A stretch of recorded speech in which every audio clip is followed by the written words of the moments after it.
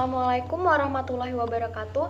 Perkenalkan, nama saya Anggia Rizkika Okta dengan NPM 1901010006. Baik, di sini saya akan menjelaskan materi pada makalah kelompok 2 yang berjudul Bahaya Hati Keras dan Beku serta Kelalaian dan Jenisnya. Perlu kita ketahui bahwa pengertian dari hati yang keras dan beku adalah apabila seseorang sudah malas dalam menjalankan ibadah dan dalam hidupnya tidak ada sama sekali ketentraman hidup. Hidupnya itu hanya memikirkan persoalan duniawi tanpa memikirkan kehidupan selanjutnya setelah kematian atau kehidupan akhirat. Baik, selanjutnya adalah bahaya hati keras dan beku. Jadi, seseorang yang memiliki hati yang keras akan terlihat dari sisi luarnya, yaitu ia akan temperamental atau pemarah atau bisa dibilang bersifat kasar. Hal itu dapat menyebabkan sakit hati apabila ia kekerasannya dari dalam, namun dari luar akan menyebabkan juga timbulnya sakit hati dan kekerasan secara fisik. Kemudian seseorang yang sudah memiliki hati yang keras dan beku itu biasanya tidak mau mendengarkan nasihat-nasihat dari orang lain. Nasihat-nasihat itu berupa nasihat-nasihat yang baik. Kemudian akan sulit untuk mengambil pelajaran dari ayat-ayat suci Al-Quran. Serta dalam hidupnya tidak memiliki ketentraman hidup apabila tidak mau mendengarkan zikir atau tidak mau berzikir. Orang-orang yang seperti ini itu akan mendapatkan kecelakaan yang besar dari Allah Subhanahu wa Ta'ala, karena ia tidak mau melembutkan hati dengan membaca ayat suci Al-Quran atau mengambil pelajaran dari ayat-ayat tersebut. Baik, di sini saya akan menjelaskan dari penyebab hati yang keras dan beku. Jadi, Nabi SAW bersabda, kesengsaraan itu ada 4 macam, yaitu kekerasan hati, kebekuan mata, keserakahan, dan panjangnya angan-angan. Maksud di sini saya akan menjelaskan satu persatu dari 4 kesengsaraan tersebut. Yang pertama adalah kekerasan hati. Maksudnya, seseorang itu tidak bisa luluh dengan yang sudah saya sebutkan tadi, dengan ayat Al-Quran, dengan berzikir, dengan menerima nasihat-nasihat baik dari luar, seseorang itu tidak akan luluh dengan hal seperti itu. Kemudian yang kedua, kebekuan mata. Kebekuan mata ini dapat terjadi apabila seseorang sering melihat sesuatu yang buruk, misalnya saja kekerasan yang dialami dalam hubungan rumah tangga. Kemudian yang kedua, melihat sesuatu hal yang tidak sewajarnya. Kemudian di sini keserakahan, ialah keadaan jiwa di mana ingin memiliki sepenuhnya atau seutuhnya. Misalnya saja harta, tapi tidak hanya harta. Keserakahan itu bisa dalam bentuk pakaian, makanan, minuman, dan lain sebagainya yang bersifat duniawi. Kemudian panjangnya angan-angan. Maksudnya adalah seseorang yang sudah terlanjur cinta dengan dunia. Ia hanya memikirkan dan mengumpulkan harta benda.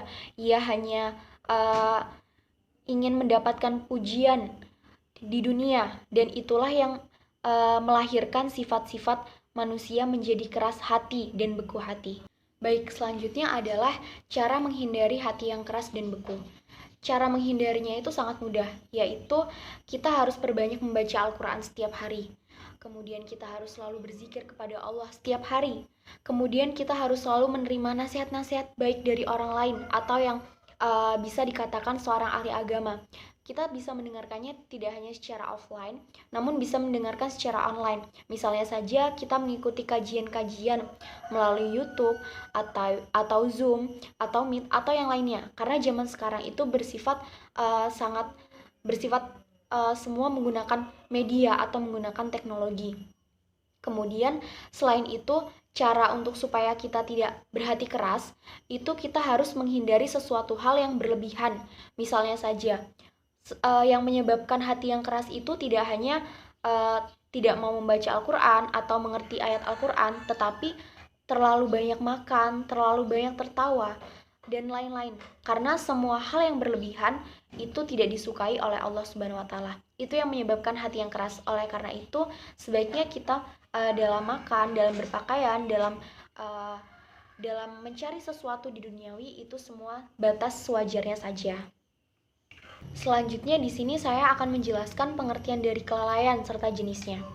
Jadi pengertian kelalaian adalah seseorang yang tidak mau mendengarkan sesuatu secara sempurna atau bisa dibilang menghiraukan kebenaran, dan ia akan melanggar segala perintah Allah Subhanahu wa taala, seperti ia akan melakukan hal-hal yang memang dilarang oleh Allah Subhanahu wa taala. Sebenarnya adalah jenis kelalaian manusia itu sangat banyak sekali. Contohnya adalah jenis kelalaian tidak mau membaca Al-Quran, tidak mau berzikir, itu termasuk kelalaian. Kemudian tidak mau mendengarkan nasihat, kemudian tidak mau duduk mengikuti kajian-kajian, serta tidak memperbanyak mengingat kematian. Mungkin yang di awal tadi sudah banyak saya jelaskan. Kemudian yang kedua adalah tidak banyak mengingat kematian. Karena orang yang cerdas adalah orang-orang yang selalu mengingat kematian. Karena ia akan selalu memperbanyak amal di duniawi untuk mempersiapkan bekal untuk nantinya di akhirat. Kemudian selanjutnya adalah tidak duduk bersama para ulama pada kajian.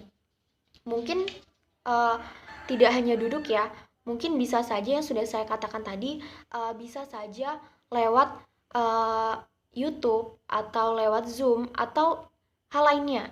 Karena kebaikan itu bisa diambil dari sumber manapun, selagi kita mampu dan selagi kita berusaha untuk mengambil hal-hal tersebut.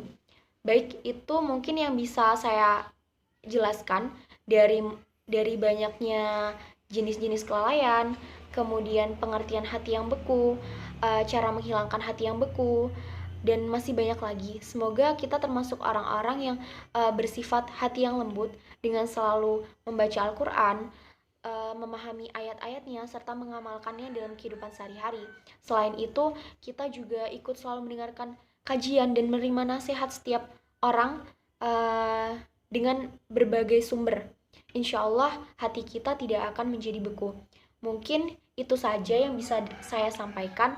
Kurang lebihnya saya mohon maaf. Saya akhiri, wabillahi taufiq wal hidayah. Wassalamualaikum warahmatullahi wabarakatuh.